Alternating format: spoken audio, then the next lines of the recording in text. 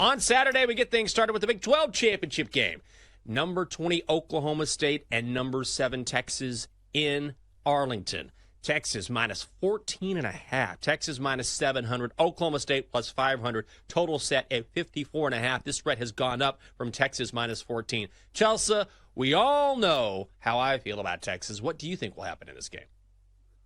I think just judging by the line and the 14.5, the books are begging you to take Oklahoma State here. That's normally the case when they give you a line like this, where it's a key number and it's a hook, because so many people are going to look at this and say, okay, key number here. Maybe Oklahoma State can keep it within 2 touchdowns. But this is a Texas team that, would you say or consider them rested because they didn't even really have to play the end of that game against Texas Tech? So I don't know what the handicap is here, because obviously it looks to me like Texas is the much better team. This is probably the team, I guess you guys probably wanted to face Oklahoma in the championship, right? No? Just to beat them? Well, yes and no. Oklahoma would have been a much tougher out. At the same time, I don't want to see Oklahoma anywhere. Good. I'm glad you didn't make it. And also, this is the Big 12 farewell tour, where we have beaten every Big 12 team with the exception of Oklahoma, because, of course, Oklahoma's going to the SEC along the way. So it's been really nice to knock out Iowa State, to knock out Kansas State, to knock out Baylor, to knock out Texas Tech, to knock out all of these teams along the way. It's the farewell tour. Texas giving a little something to think about before we move on. So I'm kind of glad it's Oklahoma State. And also, I have to say, I think Texas matches up really, really well against the Cowboys. That's why this spread is so big. Texas can be beaten, but you've got to be able to throw the ball to beat Texas, particularly across the middle, between the hashes. That's where Texas can be beat. Oklahoma State really is not that team. They are a run-first team. I saw a video of somebody who was fully dressed, head to toe, in full-on football gear. This was on my TikTok. And it was this lady saying, "Is this normal? My husband literally thinks he's on the team." And this is how I imagine you, Michael Jenkins, watching every single Texas football game. Do you wear cleats to the sports bar? I do not, but I will say years ago when I was in Austin and I had back surgery, I had major back surgery. It was not great. And I was on a lot of morphine. And my friend Joanne, and I don't remember this conversation at all, she relayed this to me later on. She called me in the hospital to see how I was doing, and I apparently told her I was really upset because Mac Brown was the head coach of Texas at that time, and I was really upset because I had to have a talk with Coach Brown, and I was going to be unavailable for the weekend's game because of my back surgery, and he wasn't pleased with me. Alabama plus 170, total set at 55.5. Spread has gone up a point from Georgia minus 4.5. Are the dogs the right side here, or does Bama keep it close? I kind of want to take the over, 55.5, with the way both of these offenses have been playing. I think you kind of throw out the Iron Bowl as well. We know that's a rivalry game, one of the biggest rivalries in all of college football. So I'm not going to sit there and say, well, Alabama's offense didn't look that great during that one. It's a little different. So I think the key for Georgia this year is that their defense is good, but it's not lights out. It's not shut down. It's not dominant. I do think Jalen Milroe and company can at least score some points here. I'm not sure if they cover the spread, but also look at this Georgia offense. They have been averaging over 40 points per game. They got Brock Bowers back in the past couple of games. It feels like a steam engine that I don't want to step in front of. So I think we're going to see points in this game.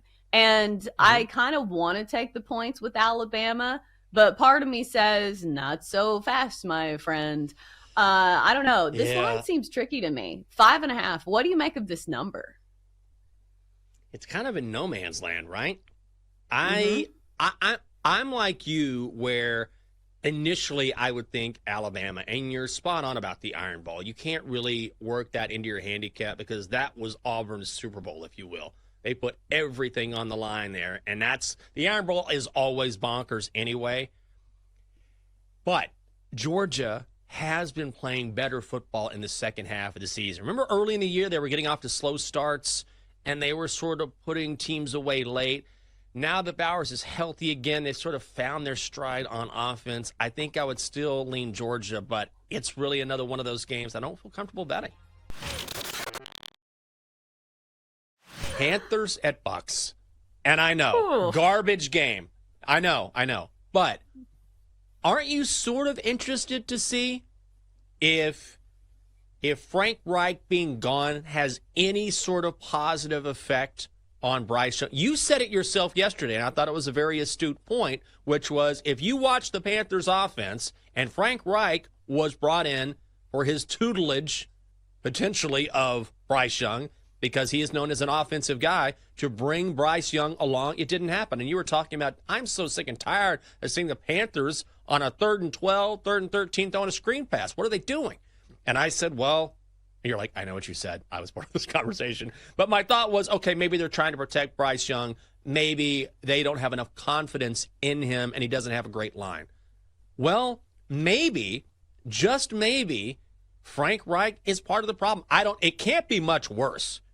I mean, this is a Carolina team that I don't think has scored more than 15 points in their past, 3 or 4 games. They've been awful on the road. So just like when Matt Canada left the Steelers, and I didn't foresee this happening, the Steelers offense racked up more than 400 yards for the first time in ages. So I am curious to see if a change for the Panthers means we'll see any sort of improvement at all with Bryce Young. I'm not excited about the game, but I do think it's an interesting storyline. Let's go! NBA in-season tournament? Hell, dude, yes! Oh, my God, I'm so jacked tonight. Are we going to see some colorful courts tonight? Maybe some of those city uniforms that are so sweet? Hell, yeah! Pacers, let's go! Let's get that NBA Cup! Come on, this is what it's all about. When you grow up playing basketball and you talk to your buddies, you're like, one day I want to win the NBA Cup, the in-season tournament, bro. Isn't it going to be Pacers? Hopefully the Pacers and Kings. That's what I want to see. What a matchup that would be in mid-December? Oh, my, yes. Dude, thank you for mentioning that. I'm so jacked about, I'm emailing Andrew, my boss, right now. Hey, bud, you're going to totally get this, so you don't have to write me back. I am off tomorrow because I'm going to be up until 2 in the morning tonight watching every single game on the NBA slate. And you know why? Because it is in-season tournament time. Yes! I want to get you one of those starter jackets that has a little logo for the NBA Cup, and you can wear it around town. Yeah, this is my favorite time of year, baby. Hell yeah, what, Christmas time? No, NBA in-season Cup. Duh. Even though you're laughing, I do want to see the Pacers and the Kings. I would like to see that matchup. But, it does have implications. We have made fun of this from the get-go, but there are certain yes. players that actually care about this. Look at the Pacers. Tyrese Halliburton has been lights out in the NBA in-season Cup and for the entirety of the season, I should say. So we laugh, but it does matter in some of these games. If you are attempting to handicap these, just remember they're not regular season games. They are NBA in-season Cup games. Yeah. I guess I should give a handicap. I'll give one here. I'll give one pick to you. Celtics minus 12.5 hosting the Bulls. Oh, it's a big number. I get it. But if you're going to lay a big number, this is when you do it. In-season tournament time in Boston. When Boston plays at home at the Garden, they are 5-2 against the number. As for the Bulls are just a mess right now. I don't know what's going on with these guys. They're 1-7 this season on the road. They're also 3-6-1 against the spread when playing away from Chicago. They are also 5-12-1 overall against the number. Guess what? That is dead last in the NBA. If you don't like the big number, I get it. But could be a blowout in Boston. I will lay it with the Celtics instead of spending the entire segment.